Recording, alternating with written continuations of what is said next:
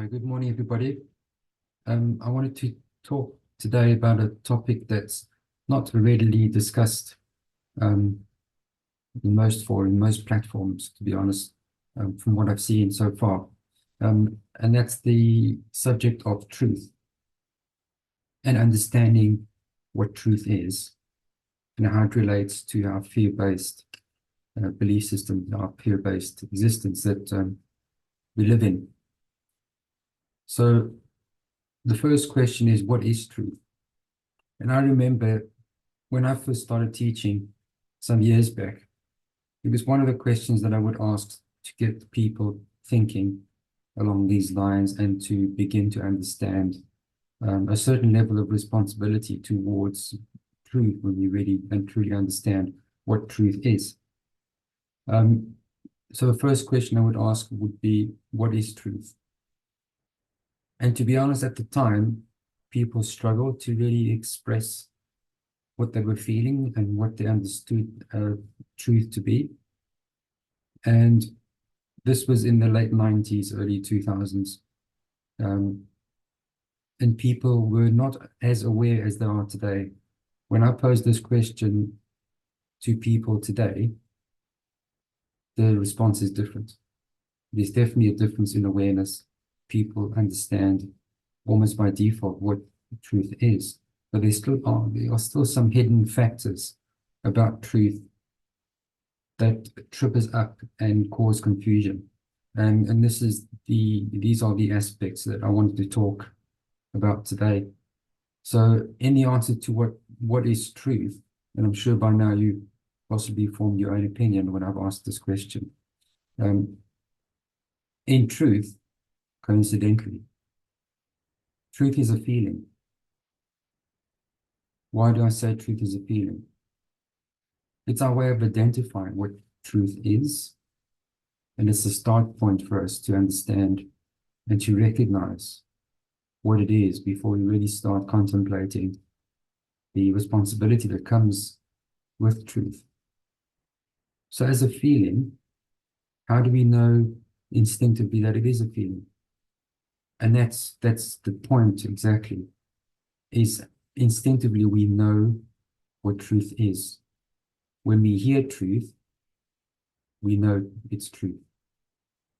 That's the beginning stage. That's the early stages of identifying what truth is. And we recognize this feeling because it resonates somewhere deep inside ourselves. It feels right in any situation.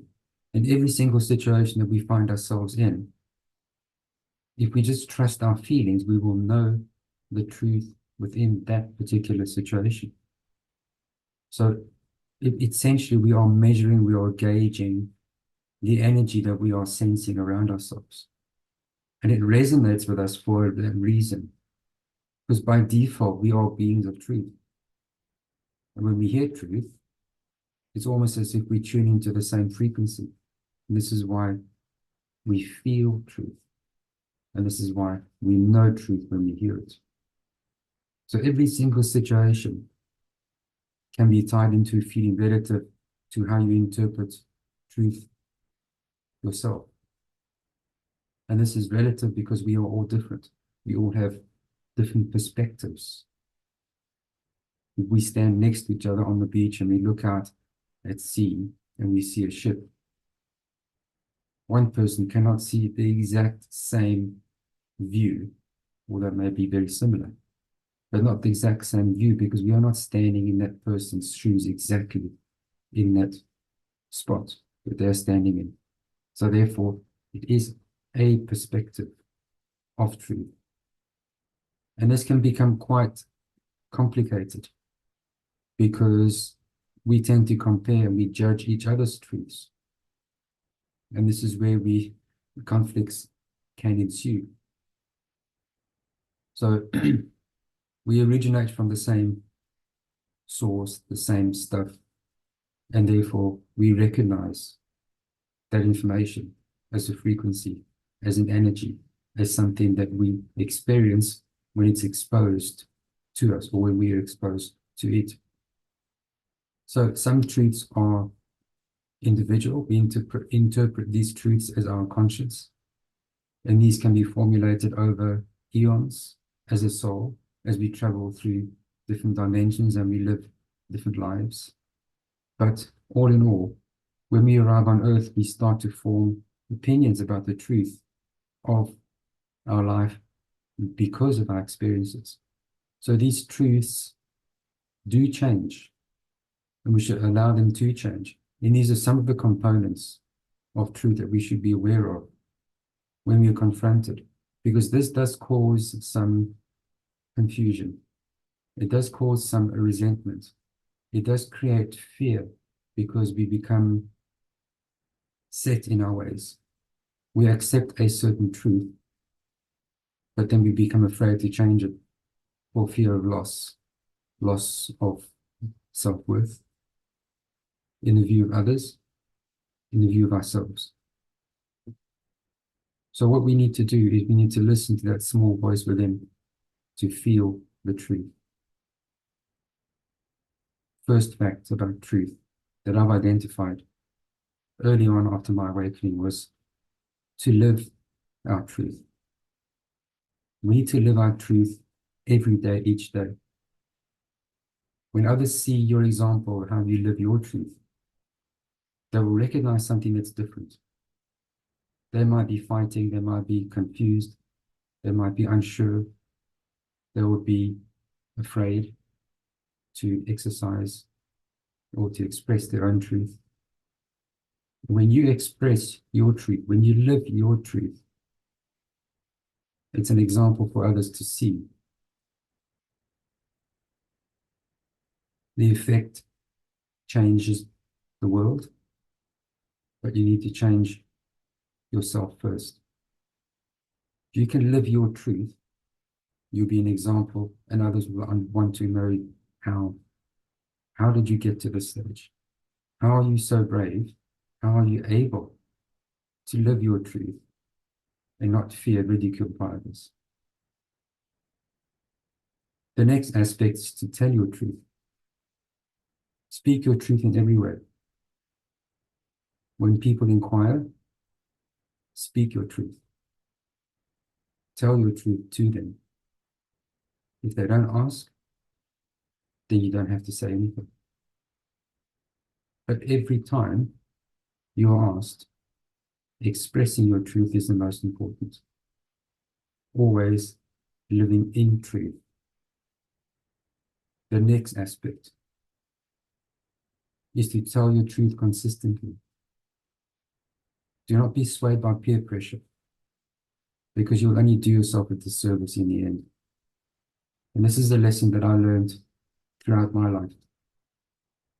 For some strange reason, I wasn't able to deviate from this format. I always had this background feeling, this force that was driving me to always tell my truth, speak my truth, and comment and tell people my truth in every single situation. It was a strong, strong feeling as a youngster. It was very complicated for me because I could see people around me that were doing things that I didn't consider were correct, but at the same time, it would appear that they were having fun with it. And this was a dilemma for me as a young man. I wasn't sure on which way to proceed, and I wished I could have as much fun as they did, but at the same time, I knew that I couldn't be doing what they were doing. It just wasn't right for me. So in that aspect, I was consistent. And it's only in later years now that I realize the importance of this. It's got me to where I am today, and I'm grateful that I was able to stay on that path of truth, because it is quite a narrow path to tread. The next aspect is to tell your truth to everybody. Don't be selective in your truth. Everybody needs to hear. Some people may need to hear your truth more than others, but you might not be able to tell them apart. Your only way forward is to be consistent. Be consistent and to be an example to those that need, that are searching. They might not express the fact that they are searching for a way forward on how to live in truth. But if they see you living in truth, it gives them hope. It gives them an example of perhaps on how to proceed themselves. So again, very important to tell your truth to everyone that asks you. The next aspect is to tell your truth softly. Don't stand on the street corner on your soapbox preaching truth. Allow the truth to shine through your actions. Allow your truth to shine through your words when you are asked to share your truth. If you stand on the corner and attempt to preach truth, you will be ridiculed. And this is not the way forward. This is not how truth works. Fear will oppose you at every turn. And this is another aspect about truth. It stands in the way of fear. And fear doesn't like that. So there will be reprisals. We need to be discerning in how we act, where we act, how we compose ourselves, how we display ourselves. What do we display to the world? Who we are. What am I telling the universe? If someone came from another world and asked me, so tell me about truth, what is it? What does it mean? Who are you? And are you truth? Do you live in truth? My first question is, would I be able to answer? Of course, truthfully at first. But what would my answers be? This is something that has weighed on me for a very, very long time. My responsibility. Everything that we do as human beings, as souls, is recorded in the universe. There's somebody taking notes all the time. And it's only once we leave this life and when we have a life review that we come to realize that everything is recorded. Every action, every word, every intent is recorded. Acting within truth is our only way forward for us to evolve as souls, for us to gain the next level of evolution. And truth has to be at the foundation. Without that foundation, there is no progress.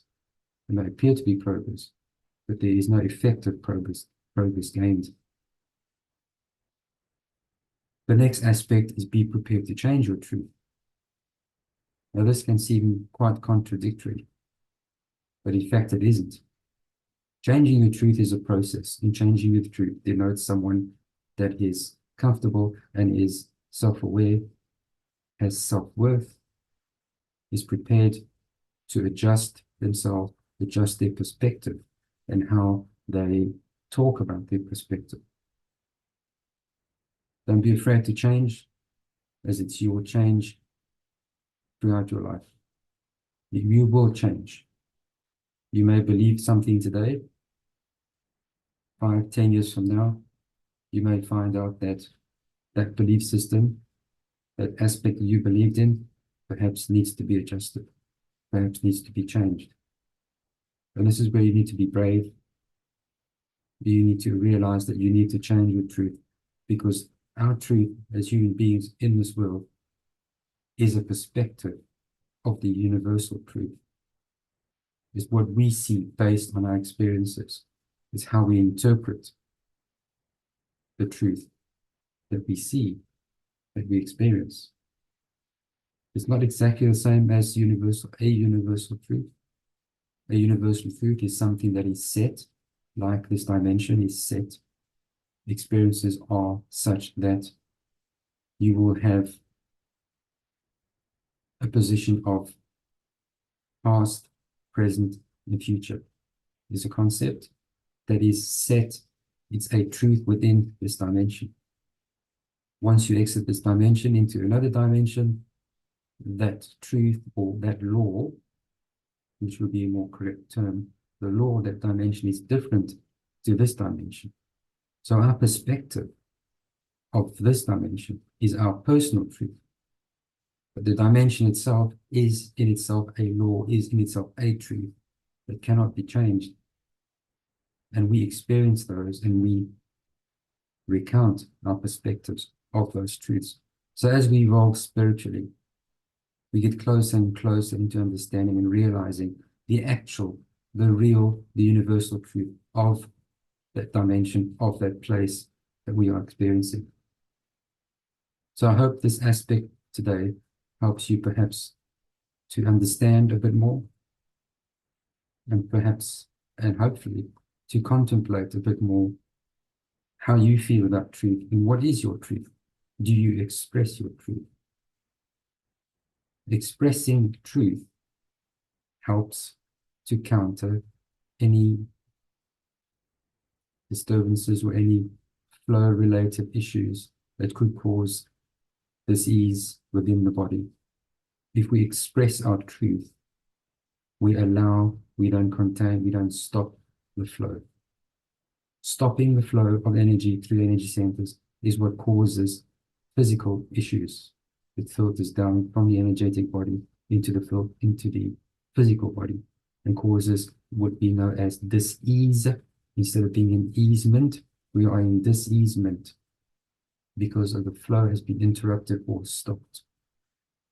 Expressing our truth helps to restore that flow and allows the universe to flow through us and gives us better, deeper, more insight into the universe and into ourselves. I hope this helps, and I hope you can take away something from this short chat today about truth, its concepts. Thank you.